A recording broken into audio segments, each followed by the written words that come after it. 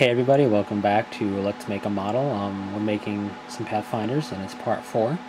Basically where we left off, they were gray and I said I'd do the red, and I did, as you can see here. They are red. It's a Mechrite red undercoat and then scab red. I do that because I don't like the way reds look too much on just a black base coat. So I like to give them something to make them be a little more bold. As you can see here, the gun has some red highlights on it, or accents I should say. And these guys are done, essentially for the red. All of them are done. I just have a couple here for examples. With the boots, the armor, and the helmet. That's the chasuis. So what is next? Well, first I want to say, this model probably would have been a better model to paint off the base, just for the leg section, although it really wasn't that hard, just to make things perfectly easy. But it's not necessary. The only way it's really necessary is if they have a tabard or a robe, like I showed you in the previous video. But anyway, what's next? Next is cleanup and detail phase for when I do painting like this, and that is to get the detail picked out, like the red on the helmet, sensors. Where is that head? Like in there, and cleaning out the model, so making the grenades black, cleaning up any cloth that's got red on it, so on and so forth. Making certain parts in here black, they need to be black, and then they'll be done fully painted. So what I'm going to do is, for the next video, I'm going to do that. I'm going to do the detail and cleanup work, and then I'm going to assemble the models and glue them to their base. Then I'm going to varnish them with matte varnish. I don't really need to show you before or after. It's pretty simple. It's a pretty simple concept, and I'm sure you've seen it before or do it yourself. So I'm just going to do that now as opposed to after doing the base, just because I've done it the other way before. I'm just going to do it this way now. So after that, I'll put the flock down. So it sounds like a lot, but it's not. So next time you see these guys, you'll see everybody except the gun drawn on a base, and everybody's base will have flock on it. But that's it, and the models will be fully assembled. So the model itself will be done, but the base is part of the model. We can't leave that out. So the model isn't really finished until you do the base. Now there's plenty of quick and easy ways to do bases, but I'm going to do, what I normally do for basing, and we'll talk about that in the next video. So that's what you're going to see.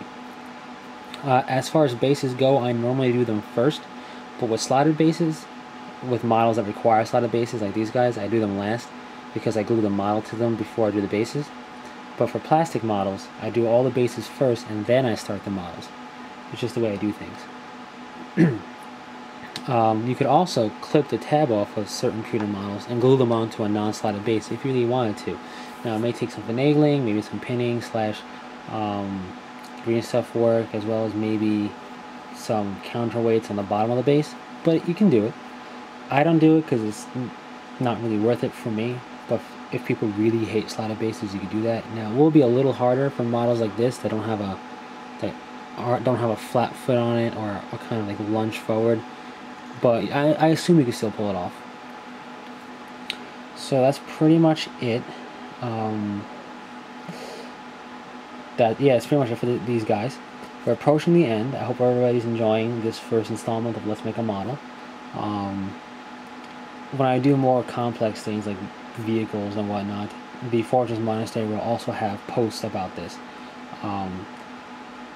Probably more in-depth type of posts on it, like, because I show you before and after stuff. Like, for example, you're not going to see these guys until they're fully based and, well, not fully based, fully assembled on their bases and the base is flocked. But if for some reason while doing it something comes up that I want to point out, I'll take a picture of it and put it on the blog. Not for these guys, but for more important, I don't want to say important, but for bigger stuff like vehicles, rhinos, razorbacks, anything like that, or anything I'm doing conversion on. So that's, but the Pathfinders don't have a Fortress Monastery post because they're quick and easy. Just one arm glues on to the body and they're done. But that's just something to keep out for in the future, for future installments of the series. So hope you've been enjoying, and when you see these guys next time, they'll pretty much be almost done. So we got about 2 more videos left in this series for the Pathfinders before we move on to other things. Leave questions or comments in the comment section, or you can PM them to me. I do have models I want to do after this. I'm not going to really be taking requests because I don't want to just buy a model to paint it and do nothing with it. I do that sometimes, but I'm trying to wean myself away from doing that. That way I save some money and some space. But I do have some models I do want to buy, so we'll see what happens. Anyways, that's pretty much it. Hope you've been enjoying, and until next time, take it easy.